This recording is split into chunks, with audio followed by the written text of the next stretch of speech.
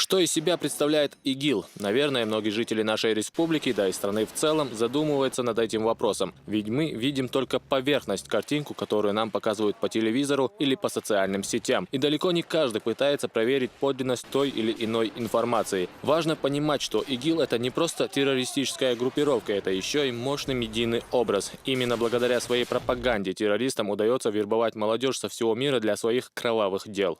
ИГИЛ — это понятно, что проект искусственный, был создан в свое время, несколько лет назад, определенной группой стран, в том числе во главе с Соединенными Штатами Америки, для того, чтобы дестабилизировать ситуацию в Сирии, для того, чтобы всяческими способами убрать законного главу государства сирийского Башара Асада. Во многом это проект очень успешен, потому что он современный, он медийный, так называемый.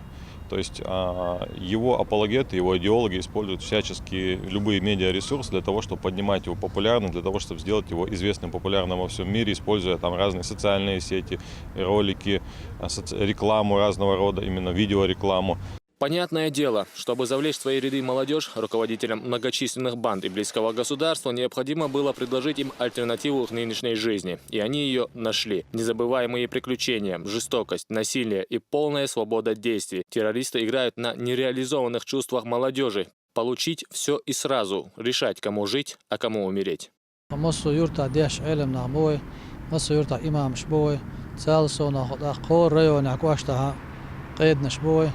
وشو ديش علمنا بوي سلسو نخا دين أرها لوي از دين أرها اللحا ديش ديها سيا وزع مصمع ديش شرط ورقي علم دوش ديش علمنا بوي سلسو نخا إسلامسكي إنستيتوتيو إسلامسكي أونيفرسيتيو شيء دعويش ورقي علم دوش علم نهبرش تغنا دين لغاء دين عامو دين ورقي شوال أتسنز قهيقا هو محكى عديل هي تمسا تغنا باتشو ليلو شلد البعنش سا يخ برختويو تعلق سنة ور بيحكز لويات وين كدي عدق ليها اتقيتشنا غيرتا. Не нужно быть аналитиком или политологом, чтобы понять, как работает вербовочная машина и близкого государства. Да, именно машина, целая система. Ведь людей, свои ряды головорезов, они вербуют со всего мира. Находят ключ каждому индивидуально, чтобы побыстрее переправить новобранцев в зону конфликта. Рекруты работают не только с детьми из неблагополучных семей, но и живущих в полном достатке. Вербовщики занимаются на 25 языках. Русский занимает 3-е место. Все вот это стремление к желтой, к оранжевой робе, да, это на самом деле аналог американской робы арестантов.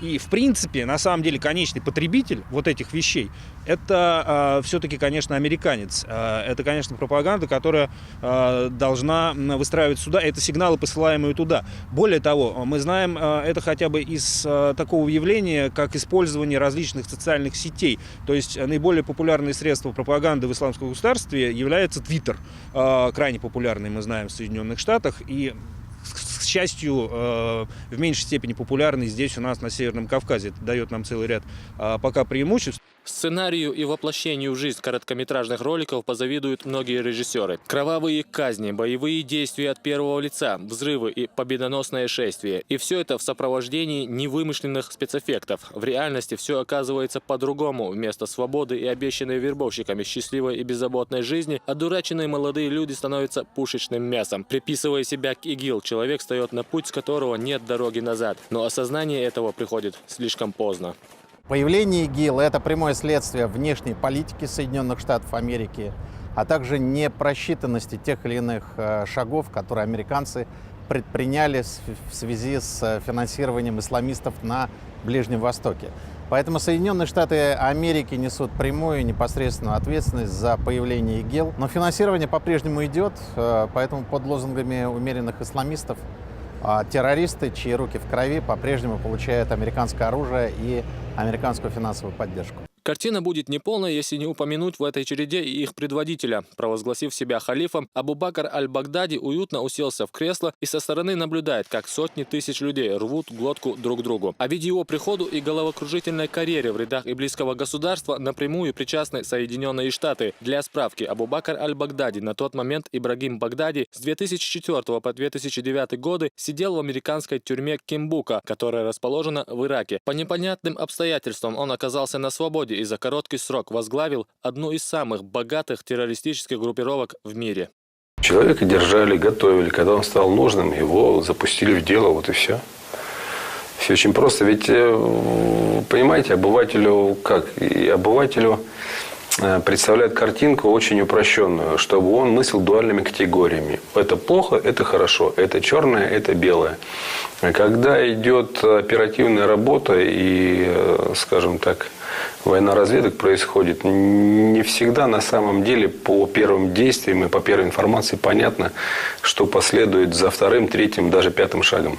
То есть там такие многоходовые комбинации разыгрываются. Еще одна задача, которую решают для американцев террористы – это откровенный грабеж. Аналитики уверены, что религиозный фанатизм – это удачная ширма для того, чтобы грабить и вывозить на Запад бесценные сокровища с территории, охваченного войнами Ближнего Востока. Иначе как объяснить уничтожение десятка городов, на территории которых находились исторические артефакты, памятники культуры и бесценные археологические находки? Но этот факт Штаты не волнует, когда и так известно, что несет американская демократия. Многие артефакты, которые похищены на территории Ирака и Сирии, это и византийские, и ассирийские артефакты, всплывают в европейских странах, в США.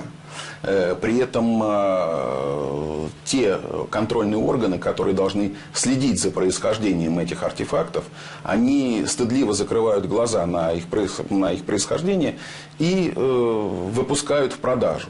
С конца сентября военной операции против ИГИЛ приступила Россия. И за несколько дней российские истребители смогли сделать то, что так называемая коалиция во главе с Америкой не смогла сделать за несколько лет. Уничтожены десятки командных пунктов, складов с боеприпасами и подземные бункеры. Возмущение и недовольство коалиции в такой ситуации вполне понятны. Ведь рушится целая система, которую Америка вместе с странами-участницами коалиции так старательно выстраивали в течение долгих лет. Ислам Магомадов, Магомед Сулейманов, Ислам Цамаев. Новости 7.